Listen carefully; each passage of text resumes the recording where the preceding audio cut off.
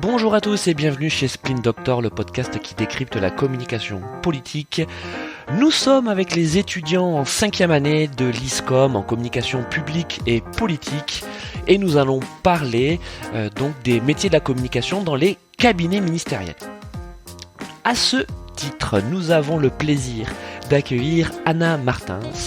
Anna Martins, qui est la chef de cabinet du secrétaire d'État chargé de la ruralité Joël Giraud, et qui, avant d'occuper cette fonction, était déjà en cabinet ministériel, puisqu'elle était la conseillère presse et communication de Marc Fesneau, le ministre chargé des relations avec le Parlement.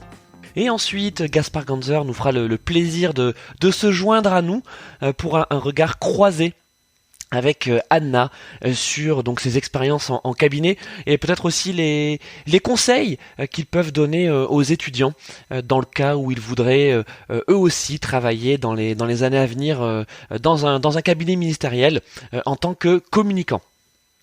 Commençons donc avec Anna. Anna, merci beaucoup de nous recevoir, alors à distance bien sûr, dans ton bureau au ministère et de nous accorder un peu de temps pour partager ensemble. Alors avant de te céder la parole, je voulais raconter comment on s'était rencontrés. C'était il y a pas si longtemps, donc c'était en 2017. Tu étais venu faire un stage donc au siège du Mouvement démocrate, le parti présidé par François Bayrou, auprès donc de la responsable communication du parti. Et c'est vrai que ce stage, ça a été pour toi un déclic, une forme de révélation, et j'imagine que tu vas en parler aux étudiants.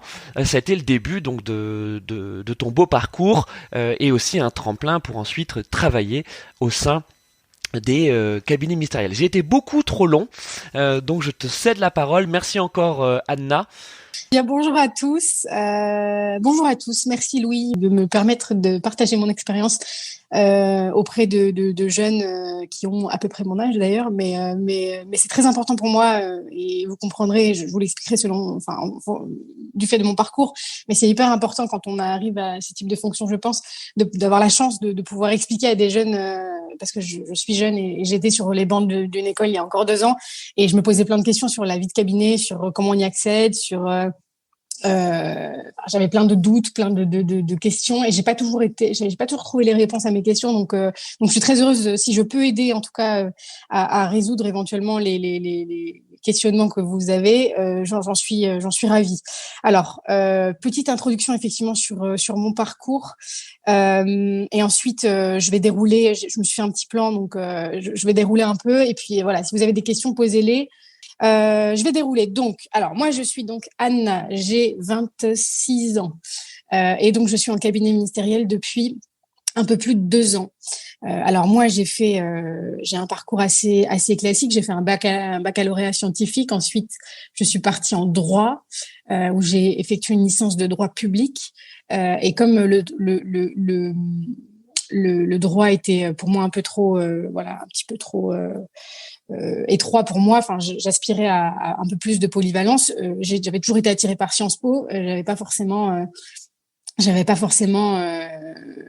eu toutes les clés pour savoir comment y rentrer, parce que je suis issue d'un milieu plutôt modeste. Et donc, du coup, les passerelles de la vie font que j'ai réussi à intégrer Sciences Po en master, dans le master Sciences Po, donc administration publique.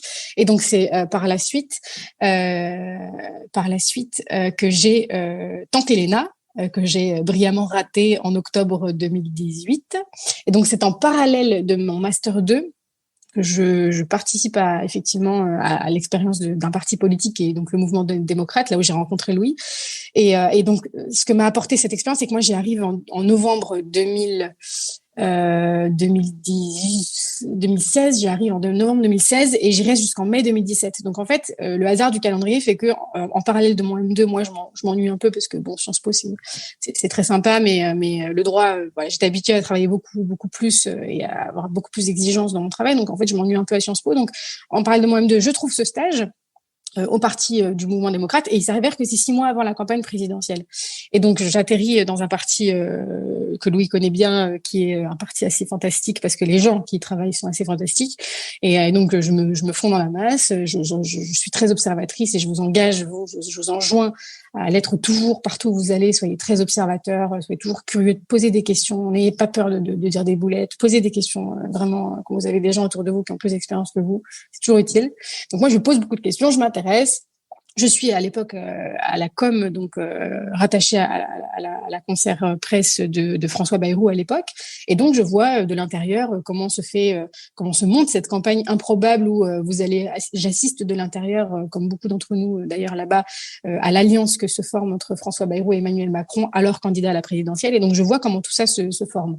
Il s'avère que donc en mai 2017, Emmanuel Macron remporte l'élection présidentielle, devient président, et une partie du parti, du MoDem, se retrouve notamment à des fonctions ministérielles. Et c'est comme ça que celui qui était mon ancien maître de stage, mon N+2, moi j'avais en stage au MoDem, j'avais la conseillère presse qui était ma N+1, et puis le secrétaire général du parti à l'époque qui était Marc Fesneau, qui devient ministre en octobre 2018, donc 2 ans après.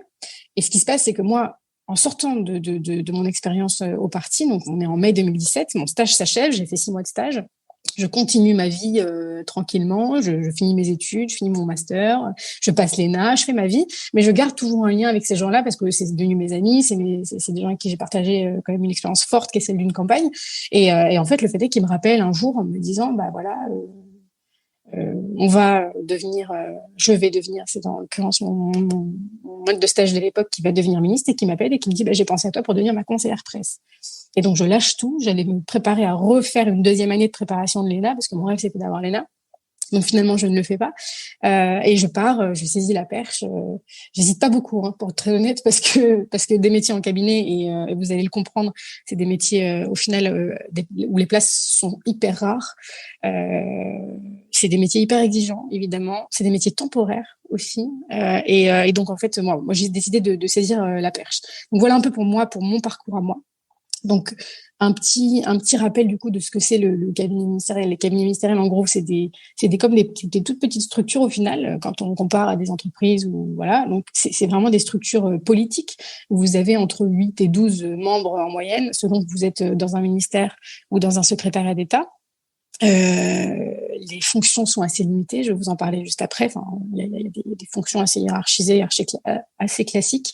Les places, ils sont rares. C'est des métiers hyper exigeants. Vous savez que c'est temporaire parce que au mieux, ça dure le temps d'un quinquennat. En fait, ce qu'il faut comprendre quand vous arrivez dans le cabinet ministériel, c'est que d'abord, c'est des fonctions. On n'y accède pas par concours, en fait. Il n'y a pas 1000 solutions pour accéder au cabinet ministériel. C'est que généralement, vous connaissez le ministre, donc celui qui souvent n'est pas ministre quand vous le connaissez, mais qui devient ministre et qui pense à vous pour le rejoindre. La fonction, elle est dès le contrat de travail qu'on m'a fait signer. J'ai compris vous comprenez très vite votre fonction parce que votre fonction à vous, elle est rattachée à la personne du ministre. C'est-à-dire que dans votre contrat de travail, c'est pas un CDD, c'est pas un CDI, c'est un espèce de truc hybride où le jour où votre ministre n'est plus ministre, vous n'êtes plus collaborateur de cabinet, vous vous retrouvez au chômage. Donc en fait, votre travail est profondément attaché à la personne de votre ministre. Et c'est donc hyper important que vous ayez un lien avec lui, même si parfois vous êtes recruté sans qu'on n'ait plus ministre, ça peut arriver. Mais ces contrats sont vraiment caractéristique de ce que requiert votre fonction. C'est un statut du coup hyper précaire parce que du jour au lendemain, un scandale arrive. Vous avez eu l'opportunité d'en voir quelques-uns malheureusement ces 2-3 dernières années. Une affaire de homard, un scandale sexuel et un ministre peut sauter du jour au lendemain et son équipe avec. Et donc vous vous retrouvez du jour au lendemain sans travail. Donc ça, c'est aussi la contrepartie de ces métiers qui sont très très très très exigeants. C'est aussi cette précarité. C'est des métiers où, notamment quand vous êtes conseiller com, mais j'y reviendrai un peu plus tard, c'est assez ingrat parce que la place de la communication, je m'en suis aperçue en étant en fonction, la communication n'est pas toujours bien vue dans les sphères politiques. C'est souvent le parent pauvre, on le garde un peu pour la fin. Vraiment, c'est le sentiment que j'ai eu, pas forcément dans le ministère où je suis passée, mais en échangeant avec mes homologues de tous les ministères, la com est pas toujours. Elle est souvent vue comme quelque chose de néfaste, en fait, comme une mise en scène, comme quelque chose de pas très noble. Et c'est compliqué parfois, du coup, quand vous êtes conseiller presse, d'essayer de rattacher, de faire comprendre aux gens autour de vous, notamment aux plus politiques ou à votre hiérarchie, que chaque acte, chaque politique publique que votre ministre défend doit faire l'objet d'une stratégie de communication de A à Z. Avant même d'exister, presque, il faut quasiment penser le plan de com. C'est-à-dire, vous pouvez faire des choses très bien, mais si la presse n'en parle pas, si les citoyens n'en prennent pas connaissance, ça servira pas, ça leur servira pas d'abord s'ils ne connaissent pas, je sais pas, que vous mettez en place des maisons France Service qui sont des structures assez formidables qu'on met sur tous les territoires. S'ils ne savent pas que ça existe, si vous n'arrivez pas à le vendre à la presse, si ça ne paraît pas dans les journaux locaux ou même au niveau national, ça sert à rien. Votre politique, elle servira pas. Donc, c'est vraiment quelque chose de très important et pas toujours perceptible. Je vous fais un petit topo rapide sur qu'est-ce que c'est un cabinet ministériel. En gros, je vous brasse rapidement les grandes fonctions, enfin les fonctions principales. En gros, tout en haut de la pyramide, en gros, d'un cabinet, vous avez le ministre, évidemment. Mais dans la structure des collaborateurs de cabinet, le supra-chef, voilà, le sous-ministre, c'est le directeur de cabinet. Il a souvent un rôle soit très politique, soit très technique. Mais en gros, c'est celui qui a l'autorité hiérarchique sur tout le cabinet. C'est à lui qu'on va faire valider en ultime ressort tout. Voilà. Et c'est lui qui supplante, enfin qui remplace le ministre même à des ce qu'on appelle des réunions interministérielles. Donc parfois, quand le ministre peut pas aller à une réunion avec d'autres ministres, c'est son directeur de cabinet qui le représente. Voilà, c'est vraiment un rôle hyper important. Mais il a surtout un rôle politique ou technique. Et généralement, il est dans les ministères un peu à portefeuille, je sais pas, à l'intérieur, par exemple, on choisit souvent un membre éminent du corps administratif qui s'y attache. En gros, on va toujours nommer à l'intérieur, généralement, en directeur de cabinet, un grand préfet. On va toujours nommer à l'agriculture un ingénieur agronome, par exemple. Voilà, on essaie quand même d'avoir une forme de cohérence. Vous avez donc la direction de cabinet. En dessous, vous avez le chef de cabinet. C'est la fonction que j'occupe aujourd'hui, parce que j'étais conseillère presse, du coup, depuis 2 ans. Donc là, j'ai changé, je suis chef de cabinet. Chef de cabinet, c'est un peu la tour de contrôle du ministère. C'est celui qui va, en gros, qui sert un peu de passe-plat entre les uns et les autres. Il a un rôle vraiment beaucoup plus, j'allais dire, logistique.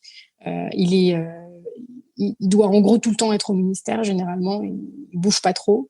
Il gère l'agenda du ministre, il gère toute la partie RH, donc c'est lui qui va recruter les secrétaires, en licencier, donner des primes, etc.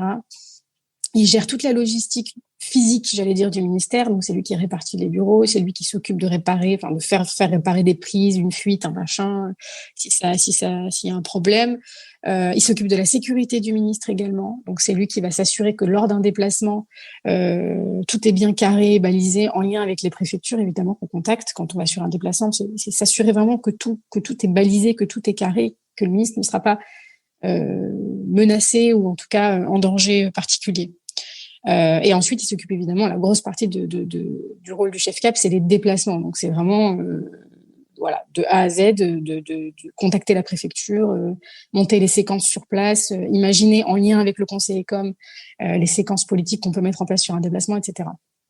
Et donc, hiérarchiquement, le directeur de cabinet est au-dessus du chef de cabinet.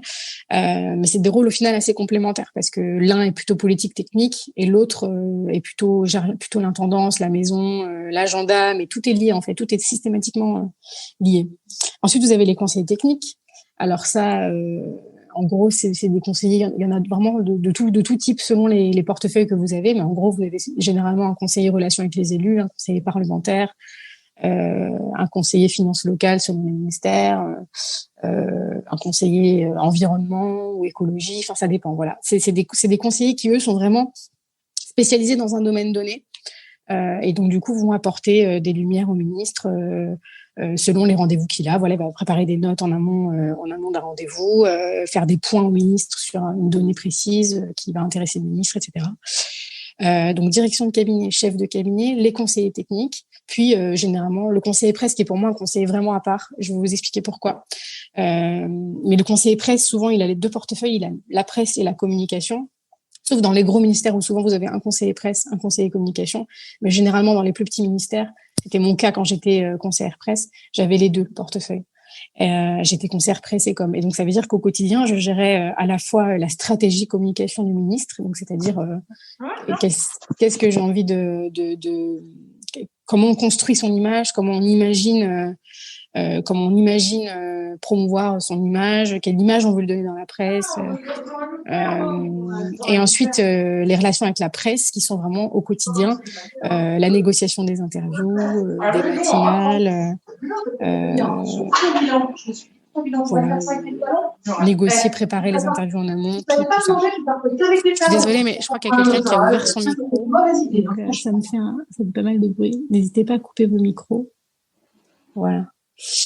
Donc direction, chefferie, les conseillers techniques et donc le conseiller presse et communication. Maintenant, un petit focus sur le rôle du conseiller presse et communication. Alors, c'est un peu particulier parce que comment vous dire ça ? C'est un rôle qui demande énormément d'implication. Alors, bonjour madame, je crois que voilà, super, elle a disparu. Alors du coup, je disais que le rôle du conseiller com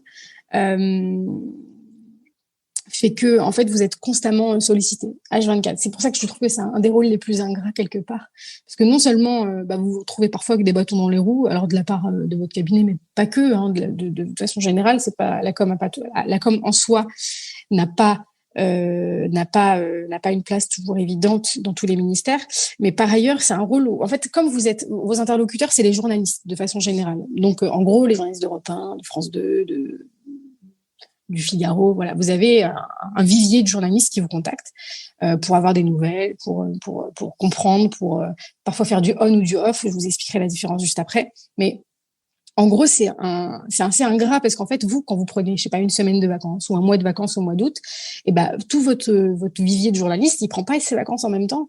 Donc en fait, vous vous retrouvez à être appelé le 15 août, parfois le 24 décembre, et en fait, vous répondez parce que vous avez pas le choix. Vous allez pas être en vacances, vous êtes en cabinet ministériel, il peut y avoir une urgence, il peut y avoir une rumeur à désamorcer, quelque chose à faire, donc vous répondez. Et donc du coup, c'est un peu dur parce que vous êtes vraiment, c'est probablement un des seuls postes pour moi en cabinet où vous êtes H24 sollicité. Il y a pas de samedi, il y a pas de dimanche. Ça sonne tout le temps, ça sonne souvent, et vous allez répondre. Et donc c'est dur aussi pour les gens autour de vous. Parce que c'est pas toujours évident d'avoir une vie de famille, d'avoir une vie privée quand vous avez cette expérience de cabinet. Et c'est pour ça d'ailleurs que j'ai beaucoup de chance.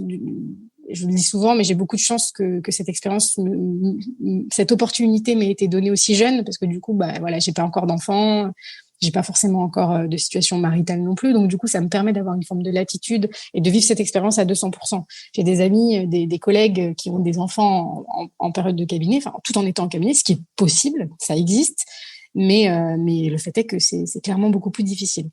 Donc ça, c'est un peu sur comment tout ça fonctionne, y compris comment harmoniser vie privée et vie professionnelle. Ça, vous savez que quand vous rentrez en cabinet, vous faites un petit peu quand même une croix sur votre vie privée pendant un petit moment.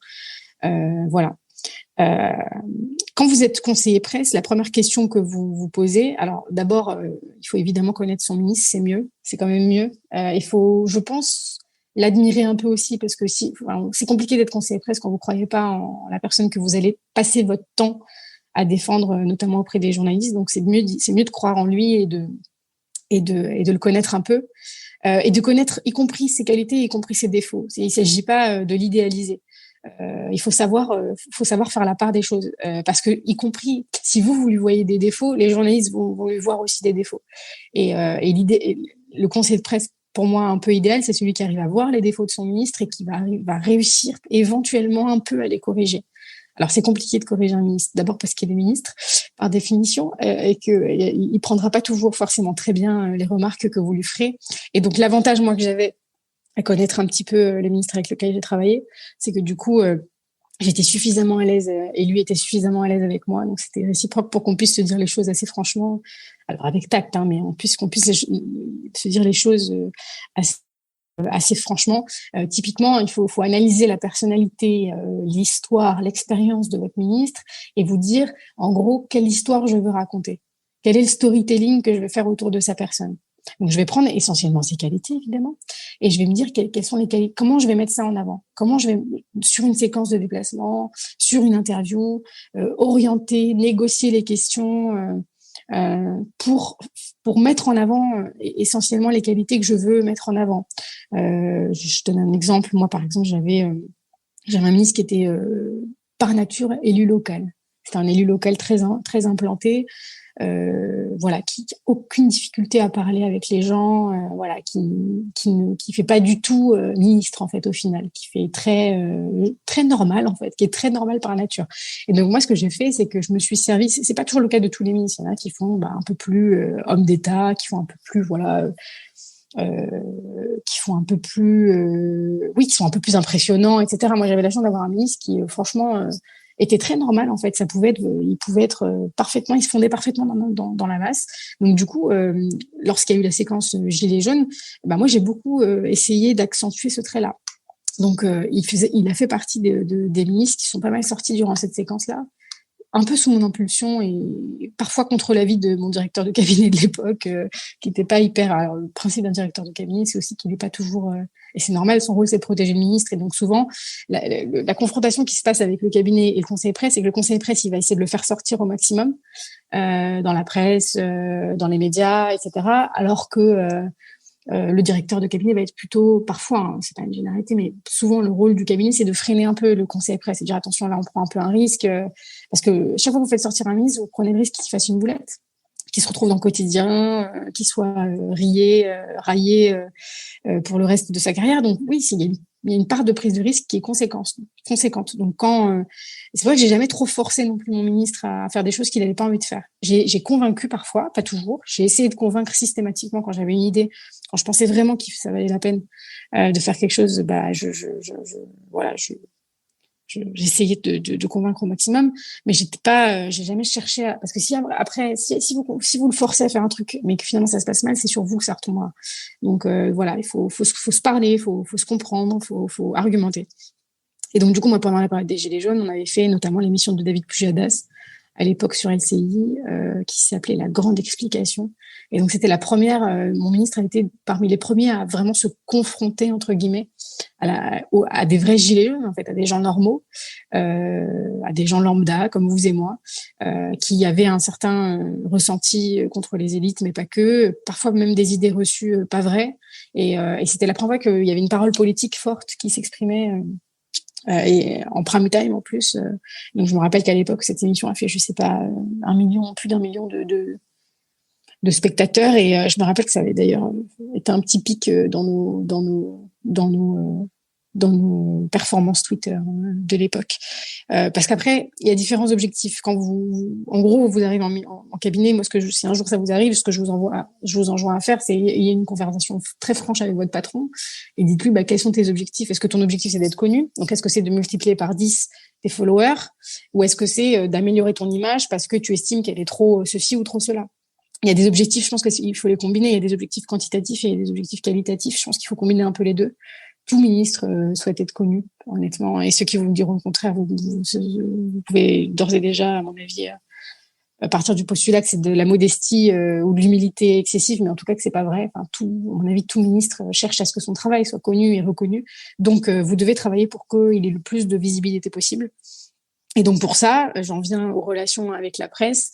Il faut s'entendre bien avec la presse. Et donc, c'est un principe de base. Alors moi, j'ai jamais trop eu à faire d'efforts parce que je suis plutôt quelqu'un de sociable par nature. Donc, j'ai jamais eu à faire semblant ni à faire d'efforts. Les journalistes sont des gens comme vous et moi, donc c'est pas compliqué. Il y en a avec qui j'avais des affinités, il y en a d'autres avec qui j'en avais pas du tout.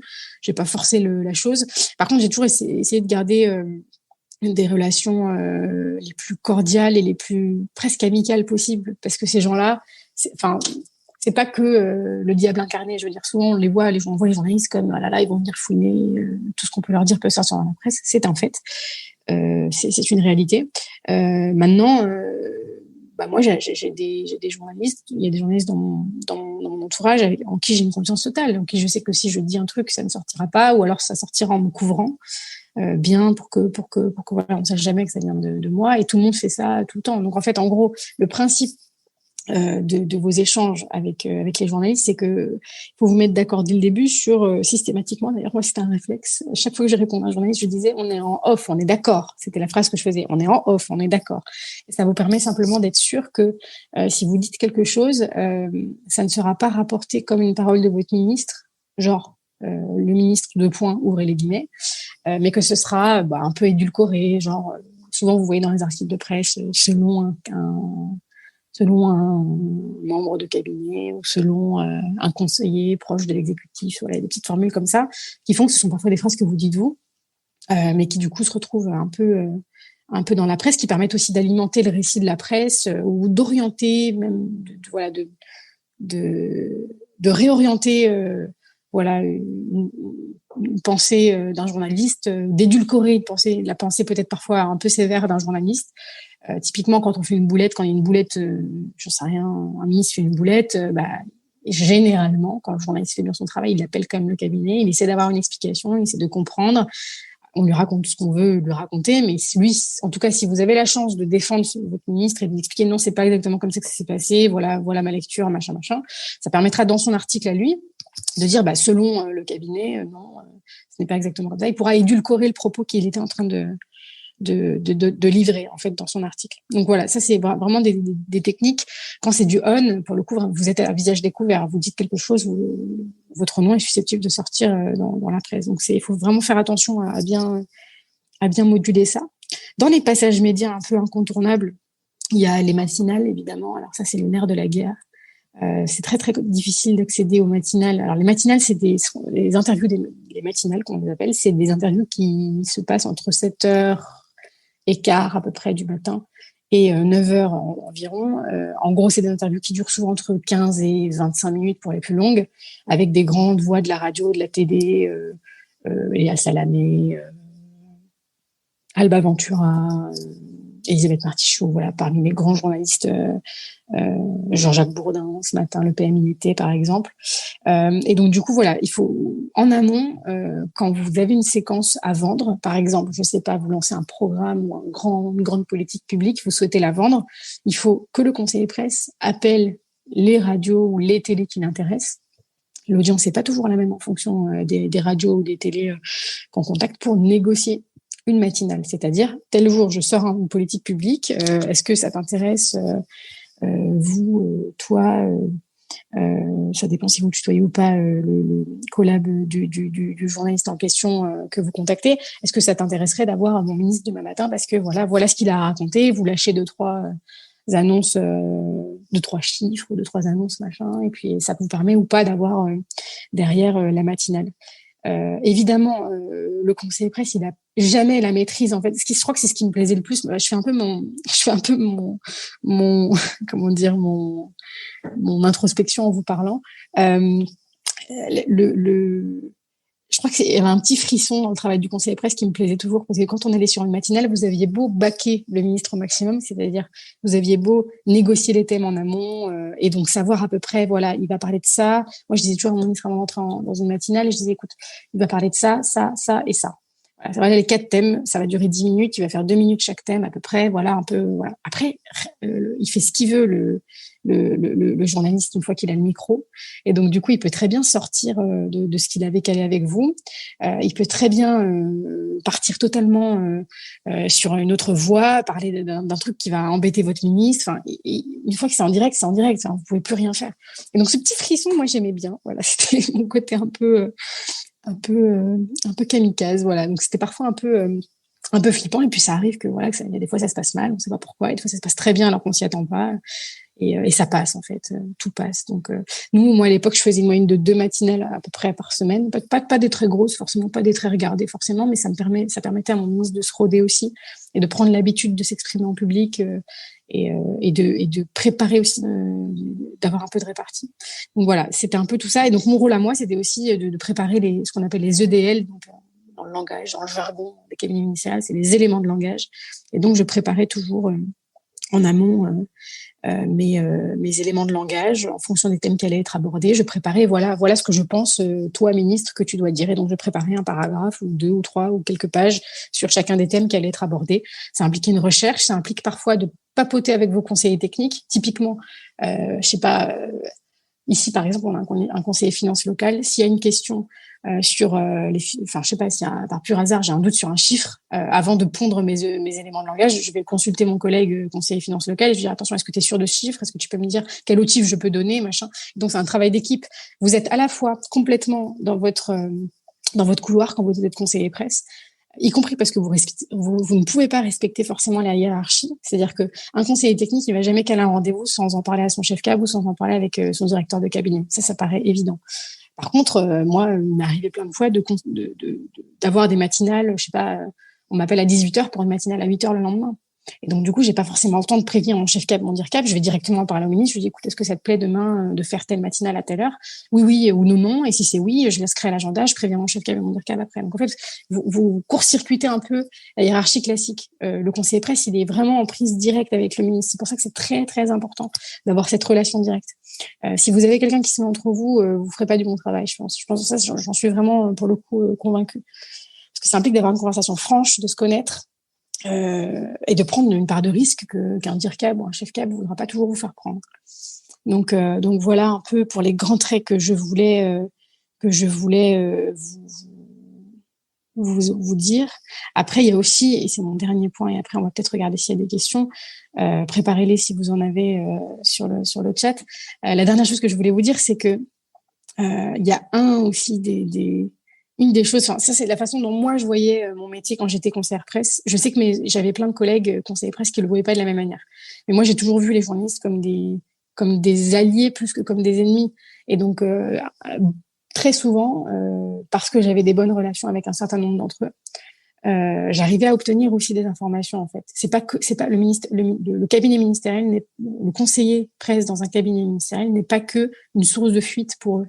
Moi, le nombre de fois où j'ai eu des journalistes et j'obtenais en papotant des informations en retour, parfois précieuses, que je diffusais à mon ministre, à mon cabinet, selon les cas, en disant attention, moi j'ai entendu selon le journaliste qu'un tel finalement va sortir, un tel bidule, un tel a dit que, machin. Et parfois c'est précieux dans des négociations internes entre ministres, dans des négociations sur des politiques importantes. Le rôle du conseiller de presse, c'est aussi d'aller chercher des infos qui puissent rapporter quoi. Donc j'ai toujours vu moi cette relation comme à double tranchant en fait et à double sens. Par contre, là où c'est parfois difficile, c'est que faut pas copiner quoi. Pour moi, c'est la ligne rouge. Vous pouvez pas basculer dans le copinage parce que c'est pas bon. Parce qu'en fait, un jour, un journaliste, quand bien même vous avez confiance en lui à 99%, pourra vous faire une boulette, pourra vous faire un coup bas. Il faut être suffisamment à l'aise avec lui pour l'engueuler en fait. Je me suis engueulée beaucoup de fois avec des journalistes et c'est pas grave, après on sera biboché hein. Mais voilà, il y a un papier qui est sorti qui m'a pas plu parce que ce qui était dit était faux ou pas forcément faux mais peut-être pas complètement vrai non plus ou mal dit ou mettez mon ministre dans une position compliquée et ben je passe un coup de fil et oui, je m'engueule et je dis que je suis pas d'accord avec la façon dont ça a été traité ou dont l'information a été traitée et tout. Et c'est un peu dur pour nous parce que une fois que l'information elle est sortie, une fois qu'elle est dans l'air, une fois qu'elle est sur Twitter, une fois qu'elle est dans un article de presse, vous avez beau faire un démenti ou faire corriger l'article, l'information elle est sortie. Il y a plus de gens qui auront vu la première info que la correction. Donc c'est un peu ingrat pour ça. Et donc parfois oui, j'ai piqué parfois des grosses colères. Ça m'est arrivé, pas toujours, mais ça m'est un petit peu arrivé quand même de piquer des grosses colères pour ces raisons-là. Donc ouais, il faut être sympa, faut être drôle, faut être naturel en fait. Faut être complètement naturel et c'est comme ça que vous gardez des bons rapports. Maintenant, le jour où il faut engueuler. Alors parfois ça m'a fait de la peine, je me suis engueulée avec des gens que j'aimais bien, des journalistes que j'aimais bien. Mais bon, c'est comme ça. Il y a pas de drame. 9h42. Je vais peut-être regarder s'il y a. Super, non, mais merci Anna.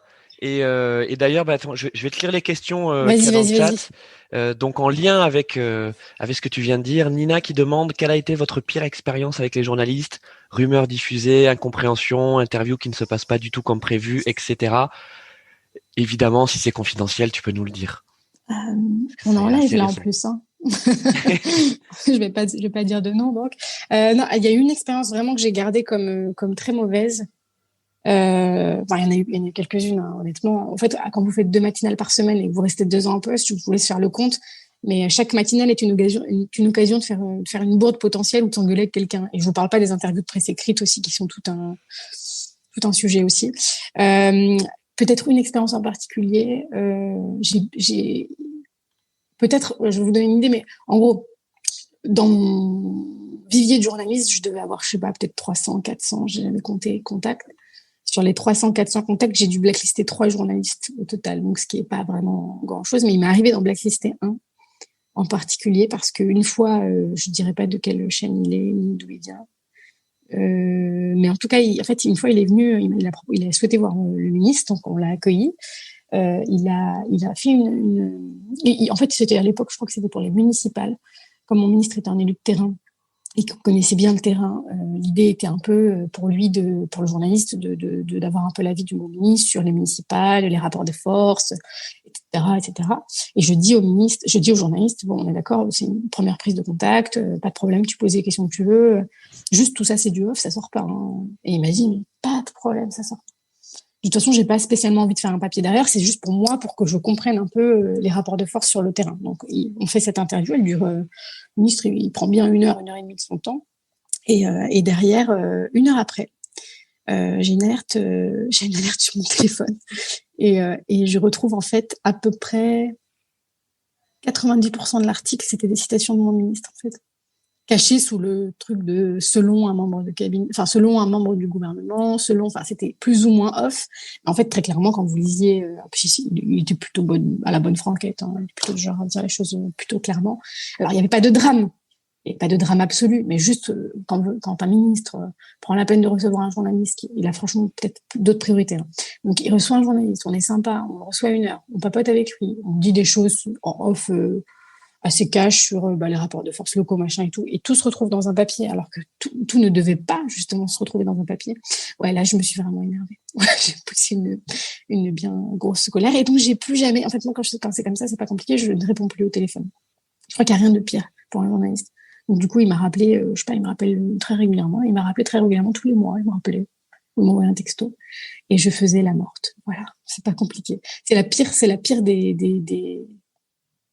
pour moi, c'est vraiment la pire. Alors, je l'ai appelé, on s'est engueulé, puis après, j'ai plus donné de nouvelles parce que ça sert à rien. Je veux dire, une fois que vous avez perdu confiance dans quelqu'un, craquer un off, c'est vraiment la pire des tactiques pour un journaliste parce qu'une fois qu'il a craqué son off, c'est terminé. Le conseil presse n'aura plus confiance. Donc ça m'est pas arrivé 1000 fois. Hein. Franchement, je vous dis, sur 300, plus de 300 ou 400, je sais pas, j'ai jamais compté complètement combien de journalistes j'avais dans mon vivier, mais sur tous les contacts que j'ai eus, la grande majorité sont corrects, loyaux. Tu leur dis non, ça tu le sors pas, ils sortent pas. Jamais eu de soucis, quoi. Voilà. Ça, c'est un peu la grosse frayeur que j'avais eue une fois. Voilà, je vais regarder, je sais pas s'il y en a d'autres. Alors si, il y en a plein d'autres. On a Alan qui nous dit: avez-vous le sentiment que l'univers des cabinets ministériels, secrétaires d'État, est ouvert aux jeunes? Quelle est la meilleure position à adopter quand on y accède? Et on a également Gaspard qui est avec nous. Donc ça tombe bien, on va pouvoir avoir l'interview croisée entre Anna et Gaspard puisque non mais Anna a tout dit, donc je rappelle. Bonjour Gaspard. Donc, je refais la question. Est-ce que vous avez le sentiment, donc Anna et Gaspard, que justement cet univers des cabinets ministériels est ouvert aux jeunes et quelle est la meilleure position à adopter quand on y accède? Bon, Gaspard me complétera ou me contredira peut-être. Moi, j'ai eu la chance. Alors, j'ai intégré le cabinet, j'avais 24 ans, donc je sortais à peine de l'école. Et j'étais une femme. Alors, en plus, moi, j'ai eu cette difficulté-là supplémentaire. Vraiment, les 6 premiers mois ont vraiment pas été faciles, mais honnêtement, c'est mon expérience personnelle, donc je peux pas dire que c'est une généralité. Elle a été difficile parce que j'étais jeune. Elle a été difficile parce que j'étais une femme. Et honnêtement, je pense que les femmes se mettent automatiquement des barrières aussi. Hein, je veux dire. Tu l'es toujours, hein, aux dernières nouvelles. Oui, je suis toujours une femme. Mais je veux dire, le fait de l'avoir été, de l'avoir été à ce moment-là, en tout cas, a été difficile parce que j'étais, pour le coup, dans mon cabinet entourée de gens plutôt plus vieux. Plutôt des hommes qui n'avaient pas l'habitude d'avoir des caractères un peu trempés comme le mien, un peu jeunes. et en plus voilà avec mon bagou lié aussi au fait que je viens d'un milieu assez modeste, donc il y a un côté j'ai plus de retenue quoi. Enfin il y a des moments j'ai plus de retenue et j'ai un tempérament un peu fort, donc j'avoue que les 6 premiers mois ont été difficiles, donc j'ai vraiment eu le sentiment qu'il fallait que je gagne ma place et que je prouve mon professionnalisme, mes capacités, et c'est pas grave parce que c'est la vie, c'est comme ça, partout où vous irez, vous aurez à montrer vos capacités, donc c'était un peu une épreuve de feu pour moi.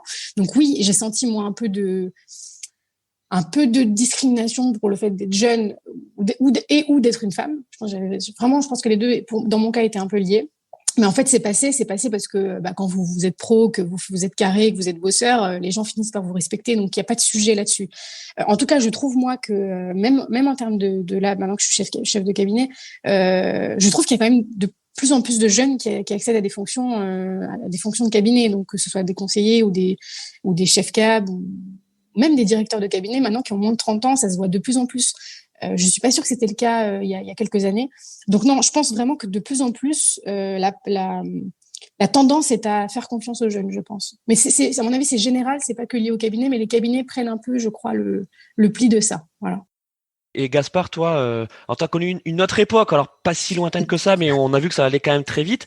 Toi, t'avais moins de 30 ans quand t'étais à la mairie de Paris. Oui, mais non, mais tout d'abord, je voulais dire à Anna que j'ai littéralement bu ses paroles et je trouve que malgré son jeune âge, elle a fait preuve d'une très très grande maturité, beaucoup d'intelligence dans la façon dont elle parle et vraiment, j'ai rencontré dans ma vie beaucoup de conseillers en cabinet ministériel et je sais trier le bon grain de livret et là pour le coup, elle en a vraiment très bien parlé, donc c'est une chance pour tous les étudiants Merci.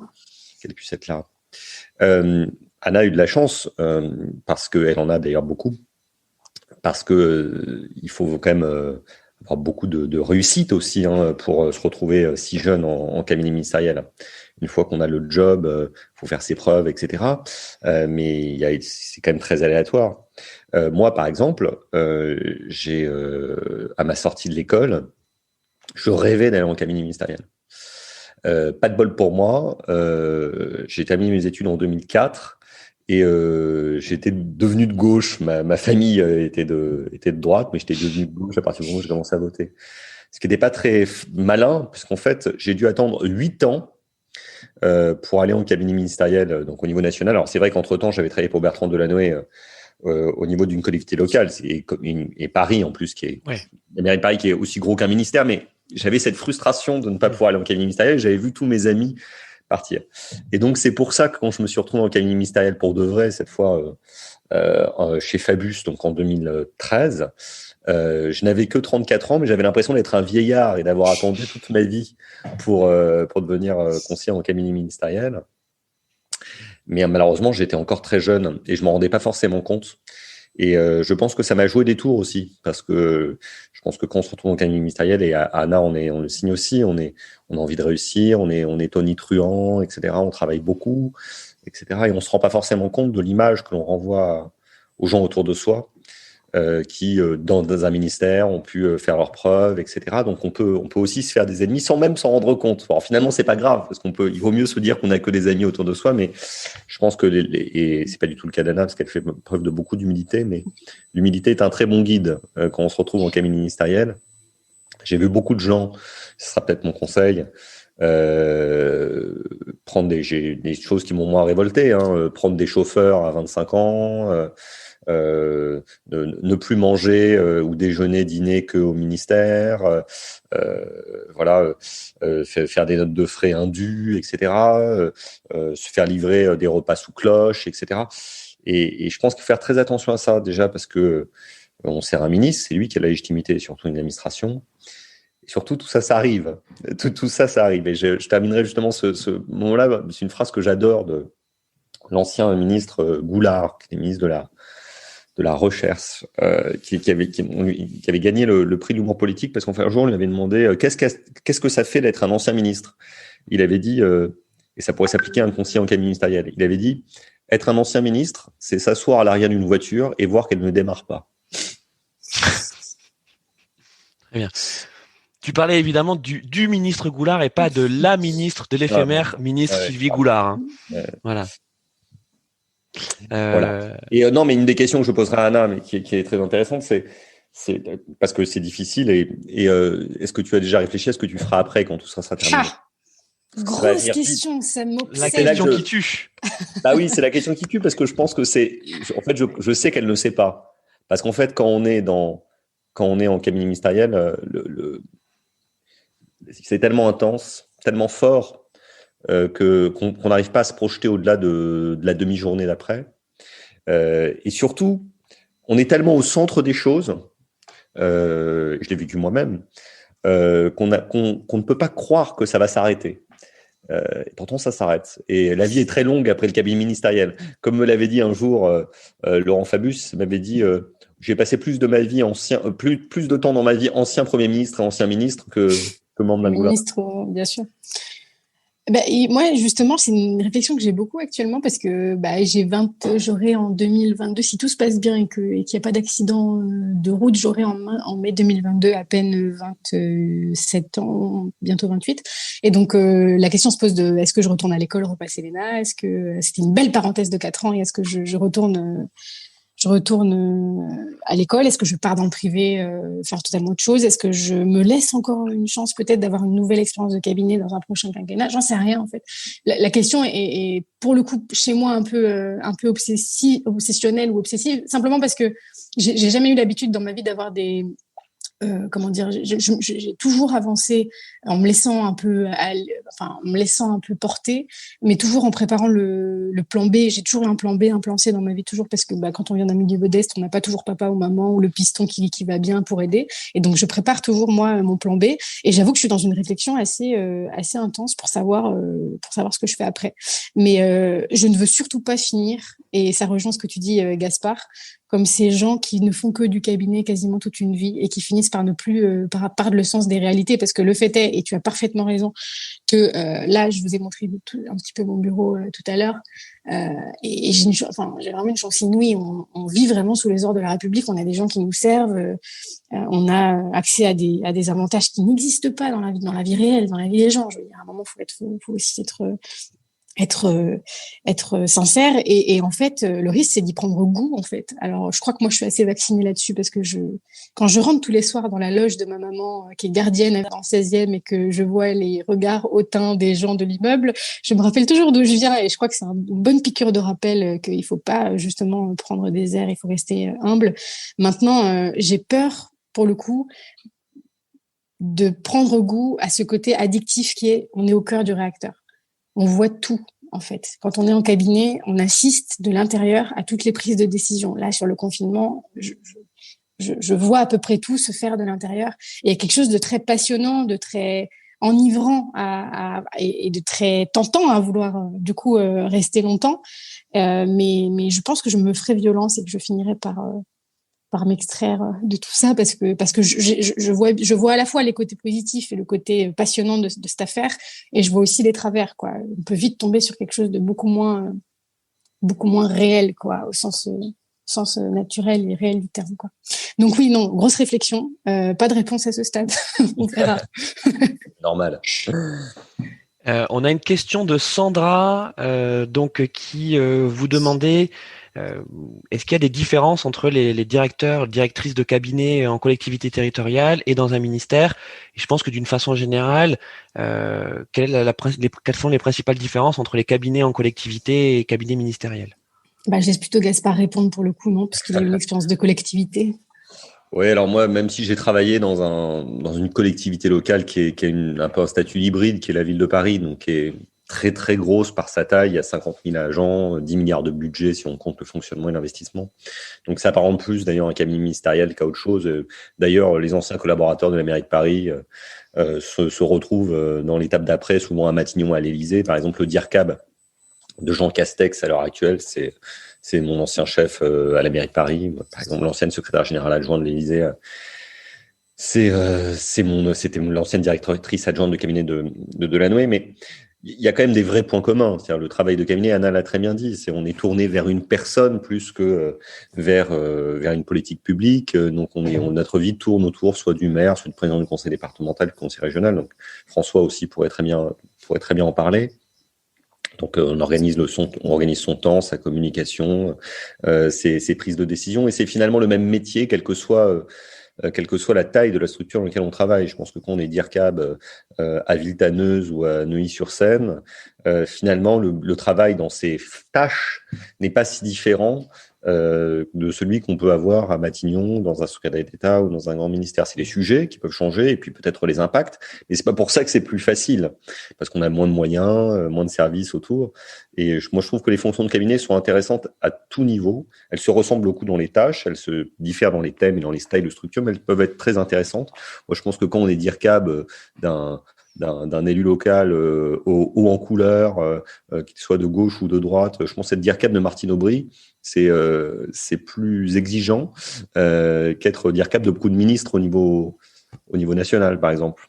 Voilà. Merci Gaspard. Tous les deux, vous avez été amenés à manager des gens en cabinet. Toi, Anna, c'est encore ton cas actuellement? Écoutez, moi, en fait, justement, je suis sortie, j'ai voulu quitter mon job de concierge presse justement parce qu'il me manquait cette fonction managériale que j'avais un peu moins exercée parce que à côté de ça, je préside une association depuis mes 18 ans. Ça fait maintenant, du coup, le temps passe, ça fait depuis 2013. Ça fait 7 ans déjà. Et donc, j'ai 5 salariés et donc, du coup, tu nous en parles un peu, justement, Anna, tu nous en parles un peu de l'association Magellan? Juste quelques mots. Cap Magellan, ouais. Cap Magellan, c'est l'association, une association qui existe depuis 1991, donc qui est un tout petit peu plus vieille que moi. C'est une association, en gros, qui promeut la culture lusophone en France, parce que je suis, du coup, d'origine portugaise. Et c'est un fort trait de ma personnalité, de ma construction aussi. Donc, c'est quelque chose que je mets beaucoup en avant. Je faisais un test ici. C'est le running gag maintenant. À chaque fois, tous les midis, à la popote, ce qu'on appelle à la popote, je m'entraîne à placer au moins une fois le mot Portugal.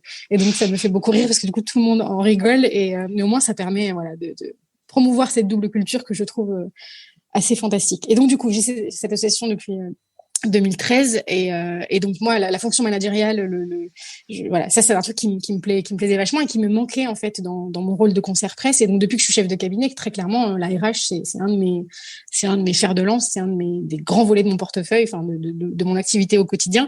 Et donc notamment la gestion des secrétariats, mais aussi la gestion des collaborateurs de cabinet, c'est la négociation des salaires, c'est tout, les congés, la pose des congés, la négociation des primes qui est le nerf de la guerre dans le cabinet ministériel pour les secrétariats notamment, les fameuses ISP, indemnités de suggestion professionnelle. Voilà, c'est vraiment le nerf de la guerre pour pas mal de secrétaires. Donc, non, c'est un peu. Moi, j'adore ça, donc j'ai pas de problème. Je fonctionne à l'humain, donc pour le meilleur comme pour le pire. Et donc, je suis juste moi. Je suis juste gentille, polie, agréable. Voilà, j'essaie d'être naturelle. Et puis, si je me fâche, je me fâche. Ça m'empêche pas de dire les choses aux gens aussi quand je suis pas contente de leur travail.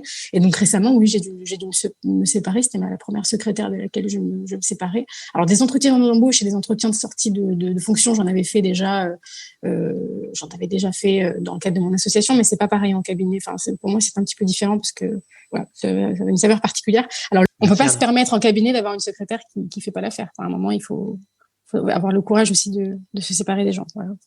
Merci Anna et Gaspard, ça t'est arrivé aussi ce genre de moment? Moi, j'ai managé depuis que je suis sorti de l'école, que ça soit dans l'administration classique ou en cabinet.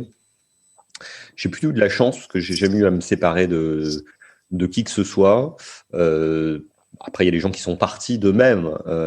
C'est-à-dire que le rythme est tellement intense et peut-être que j'ai une tendance à imprimer un rythme tellement intense que certains, au bout d'un moment, ne pouvant plus suivre le rythme, ont préféré partir. Mais j'ai toujours préféré que ça vienne des gens, mais je me suis jamais retrouvé dans cette situation difficile. Je touche du bois, pardon. Et donc voilà, mais quand même pour rire avec Anna, tu as raté quand même vraiment la grande époque. Moi non plus, je n'ai pas connu. Mais si tu avais été chef de cabinet il y a 20 ans, tu aurais distribué de l'argent en liquide à tes collaborateurs. Tu aurais eu des enveloppes de cash.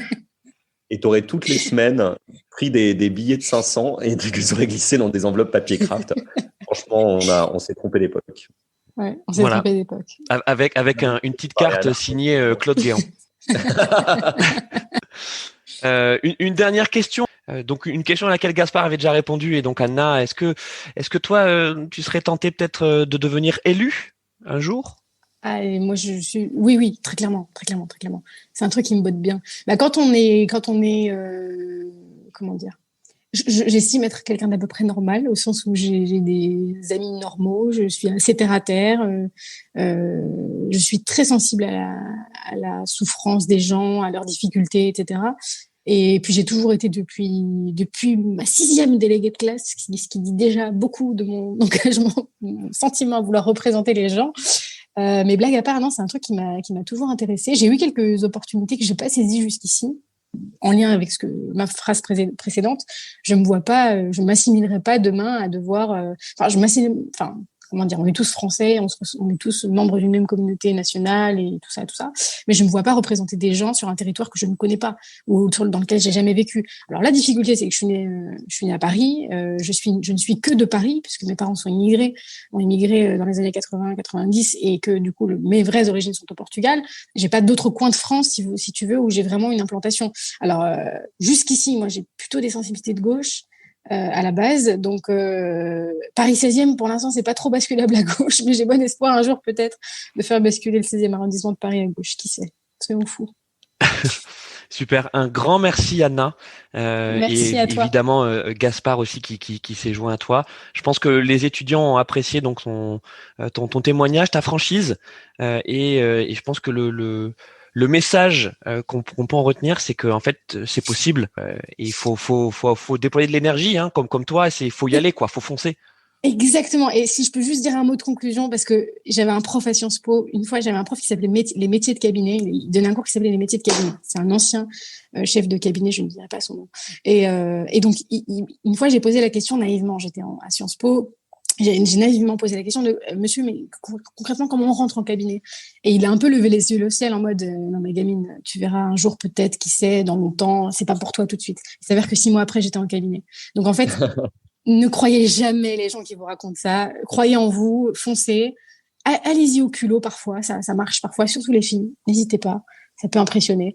Ne vous mettez pas vous-même des bâtons, quoi. Voilà, dans les roues, tout est possible. On peut arriver en cabinet à 24 ans. C'est rare, mais ça arrive. Voilà.